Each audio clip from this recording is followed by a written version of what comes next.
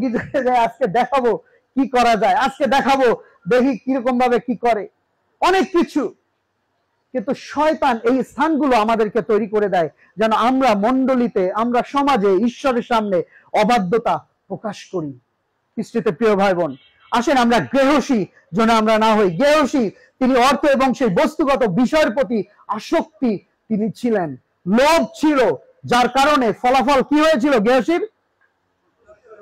কুষ্ঠ হোক। বলছে ইলিশা বলছে ওই যে ছাইরে গেছে, ওই যে ডুব দিছে, পরিষ্কার হয়েছে, আজকে থেকে ওইটা তোমার সঙ্গে সব সময় থাকবে, সব সময় তোমার বংশে এটা থাকবে, বংশের পর বংশ এটা কন্টিনিউ থাকবে।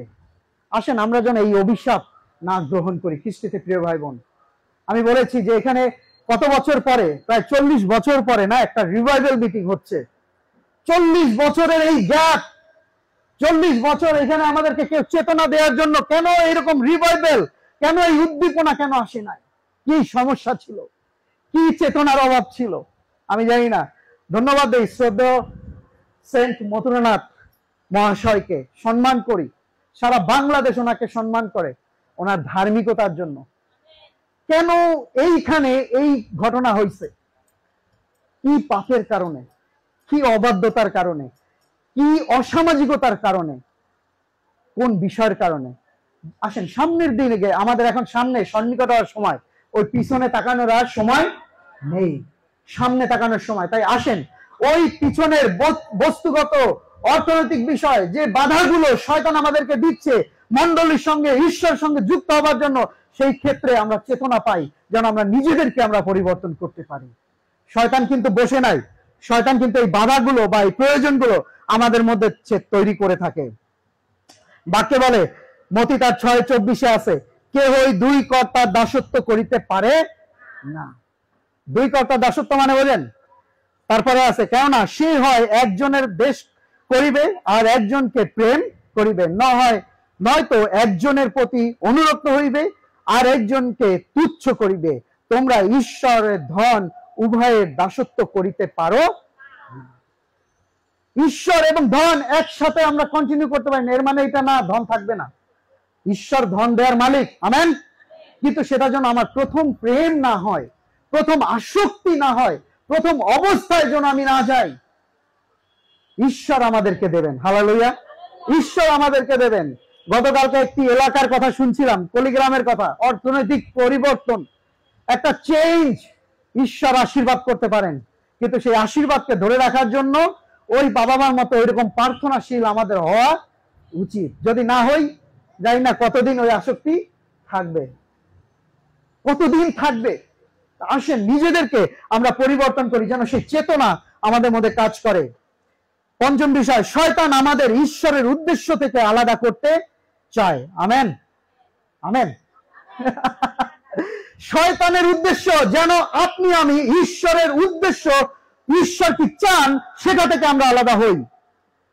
এখানে যে বিষয়টি আমি একটি ঘটনা এখানে উল্লেখ করেছি, ঈশ্বরের গৌরব বৃদ্ধি করা, ঈশ্বরের সঙ্গে সম্পর্ক স্থাপন করা, অন্যদের কাছ থেকে ভালোবাসা মানে যেন না পৌঁছায় আপনার কাছে, সেই অবস্থা, ঈশ্বরের ইচ্ছা অনুসরণ না করা, বিশ্বের যে পরিবর্তন হচ্ছে এইগুলোর সঙ্গে সবসময় তাল মিলিয়ে চলা, এই বিষয়গুলো আমাদেরকে ঈশ্বরের নিকট থেকে দূরে রাখে। কিছু কিছু মানে এটা আমি আমার মতো করে দিয়েছি, কিন্তু আরো অনেক বিষয় আমাদের রয়েছে যে বিষয়গুলো আমাদেরকে দূরে রাখে। গতকালকে নিনবিতে সেই জোনার ঘটনাও শুনেছিলাম। জোনাকে একটি চ্যালেঞ্জ দেওয়া হলো, ঈশ্বর বলল, জোনা তোমাকে এখন কোথায় যেতে হবে? নিনবিতে। জোনা কোথায় গেল? তর্শি। ঈশ্বর বলছে এইদিকে যাও, জোনা গেল এইদিকে, আর একদিকে। শয়তান আমাদেরকে এইভাবে ডিরেকশন দেয়, এইভাবে পরিচালনা করে যেন আপনি আমি এদিক ওদিক চলে যাই, ঈশ্বরের মনোনয়ন না নেই, ঈশ্বরের কথা যেন না শুনি, ঈশ্বরের রব যেন না আমরা শুনি, ঈশ্বরের উদ্দেশ্য যেটা, ঈশ্বর যেটা চান সেইখান থেকে আমরা দূরে চলে যাই। লুক তার 9:61-62 পদে আছে, আর একজন কহিল, প্রভু আমি আপনার পশ্চাৎ যাইব, কিন্তু অগ্রে নিজ বাটির লোকদের নিকট হইতে বিদায় নিয়ে আসিতে অনুমতি করুন। যিশু শিষ্য হইতে চাইছে, ভালো কথা, কিন্তু কি বলছে? আগে আমার বাড়িতে যাইতে চাই, আমার বাসায় যাইতে চাই, সেখান থেকে আমি আগে একটু অনুমতি নিয়ে আসি। যেন আপনার সঙ্গে আমি যেতে পারি। যিশু কি বলছে? যে কৃষক না কি করে, লাঙ্গলে হাত দিয়ে কি পিছনে তাকায়? তাহলে কি হয়? লাঙ্গল, এখনকার যুগে লাঙ্গল আমরা চিনি না, ছোটরা তো চেনে না, বড়রা আমরা জানি। লাঙ্গলের ফালা হয়তো উঠে গিয়ে গরুর পায়ে লাগতে পারে, তাই না?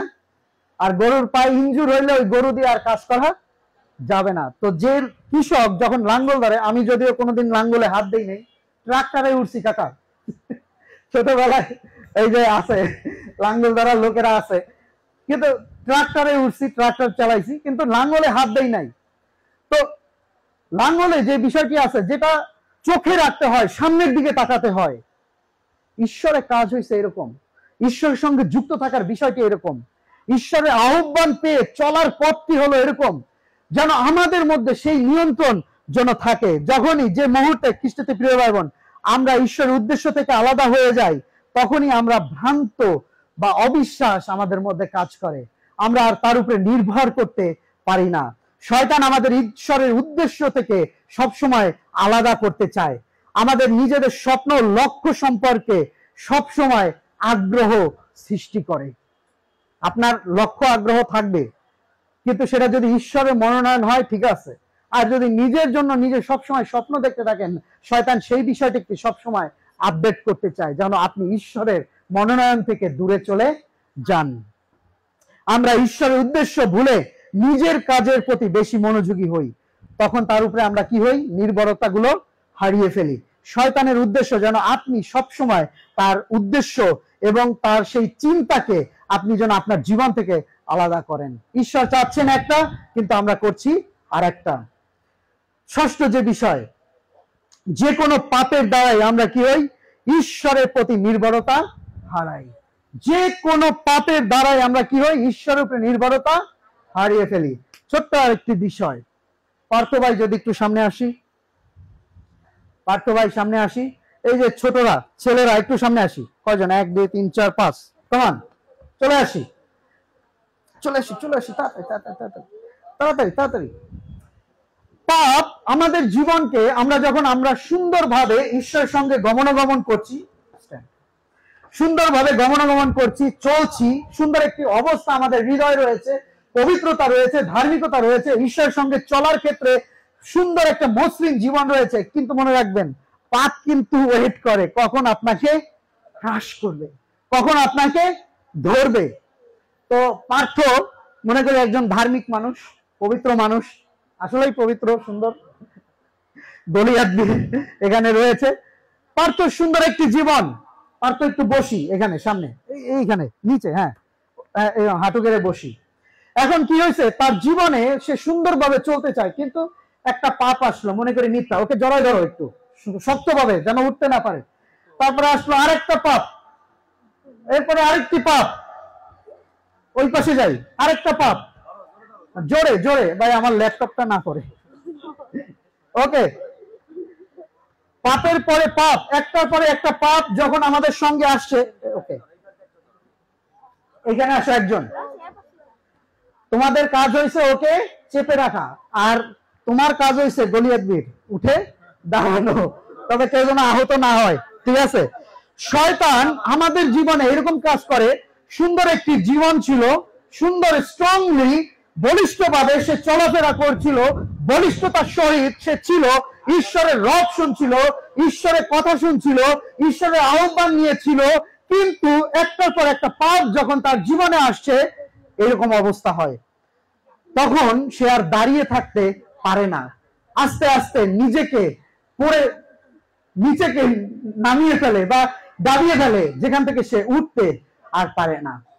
আর ঈশ্বরের নিকটবর্তী হতে তখন সামনে যেতে লজ্জা পায়। আমি জানি না আপনাদের মন্ডলীতে আছে কিনা, আমি নিজের চোখে দেখছি।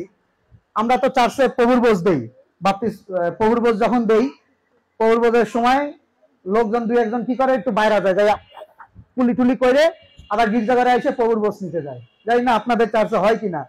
কেন? ওই যে পান খায়, পান খাইয়া গির্জাঘরে আসছে, এখন কি করবে? পান নিয়ে তো আর প্রভুর বোঝ খাওয়া যায় না, যায় পান